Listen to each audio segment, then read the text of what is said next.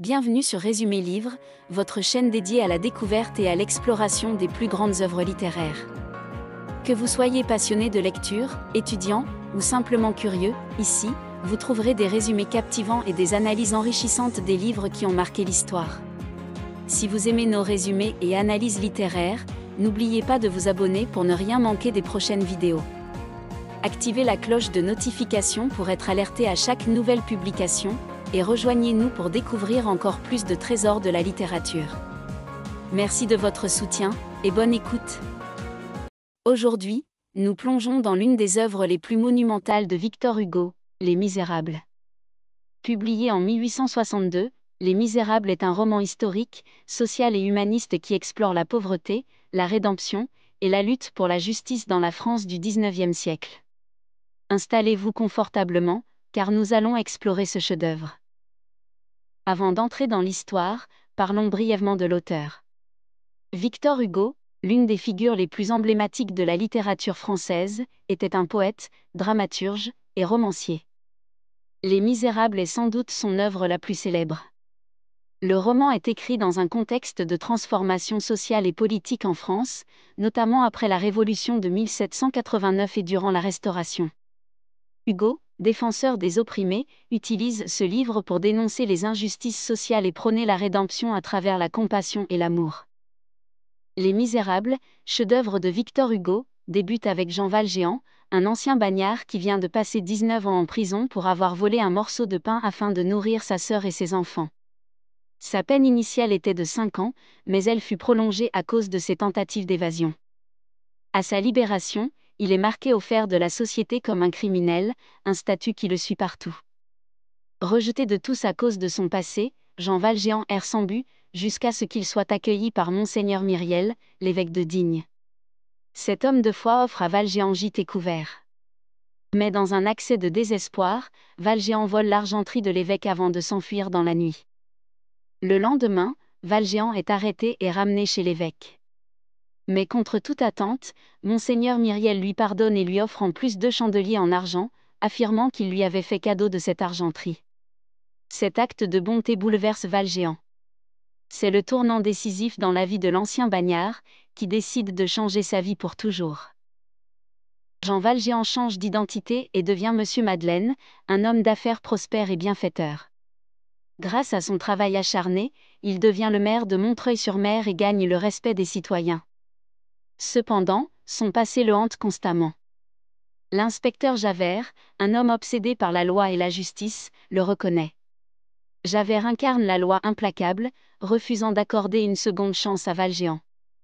Il traque Valjean inlassablement, symbolisant la persécution de l'homme par le système judiciaire rigide.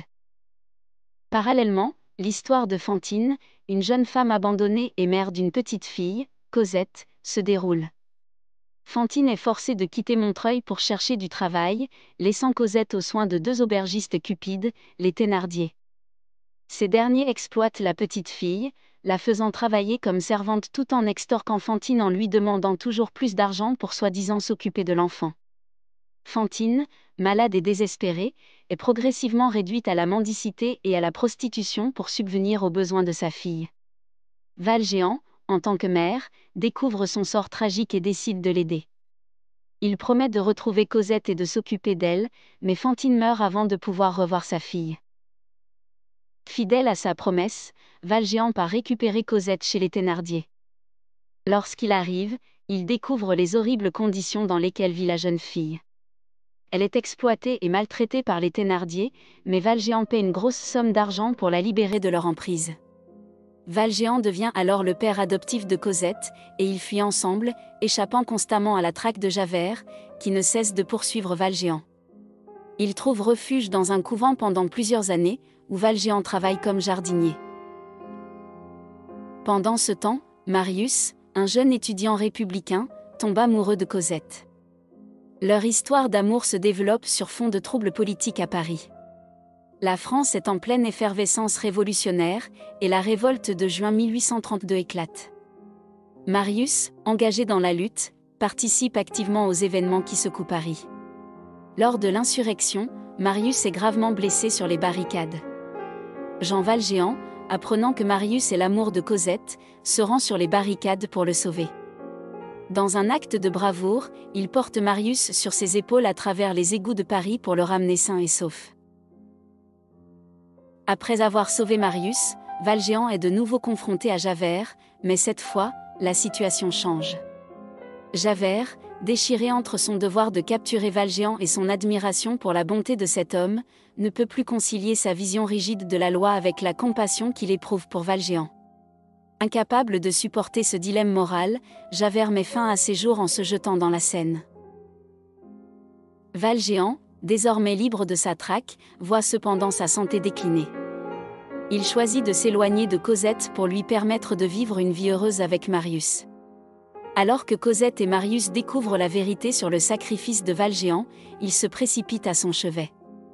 Valjean, apaisé, meurt en paix, entouré de ceux qu'il aime, après avoir enfin trouvé la rédemption. Les Misérables est bien plus qu'un roman historique, c'est une réflexion profonde sur la justice, la rédemption, et les injustices sociales. À travers le destin de Jean Valjean, Victor Hugo nous montre que même les individus les plus brisés peuvent changer, et que l'amour et la compassion sont les seules véritables réponses à la misère humaine. Les Misérables est un roman d'une immense richesse, qui aborde de nombreux thèmes universels et intemporels. Voyons ensemble 3 des thèmes principaux explorés par Victor Hugo. Jean Valjean est l'incarnation de la rédemption et de la transformation. Condamné pour avoir volé un morceau de pain, il est brisé par 19 ans de bagne. Pourtant, grâce à l'acte de miséricorde de Monseigneur Myriel, il entreprend une profonde transformation morale. À travers Jean Valjean, Victor Hugo nous montre que même les individus les plus désespérés peuvent changer et se racheter, si la société leur offre une seconde chance.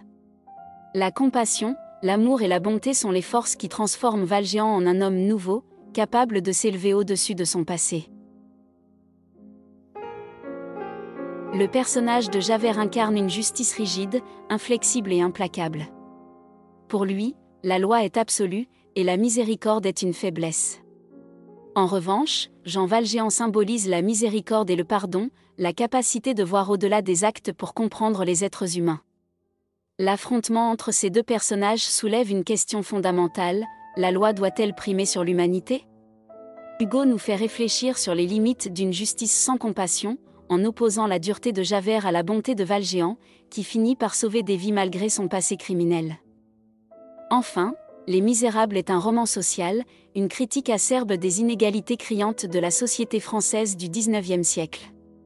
À travers des personnages comme Fantine, Cosette et les Thénardier, Hugo dénonce l'exploitation des plus faibles et l'indifférence des riches envers la misère humaine.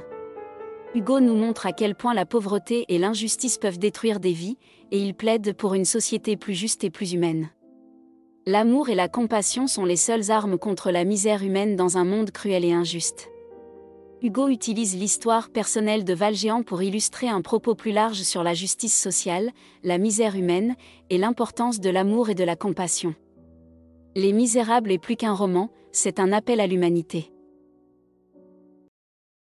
Merci d'avoir regardé cette vidéo sur Les Misérables de Victor Hugo. Si vous avez aimé cette analyse, n'oubliez pas de vous abonner à Résumé Livre pour ne rien manquer des prochains résumés et analyses de vos œuvres littéraires préférées. N'hésitez pas à laisser un commentaire pour partager vos réflexions ou à nous dire quel livre vous aimeriez voir résumé dans une prochaine vidéo. À très bientôt pour de nouvelles découvertes littéraires.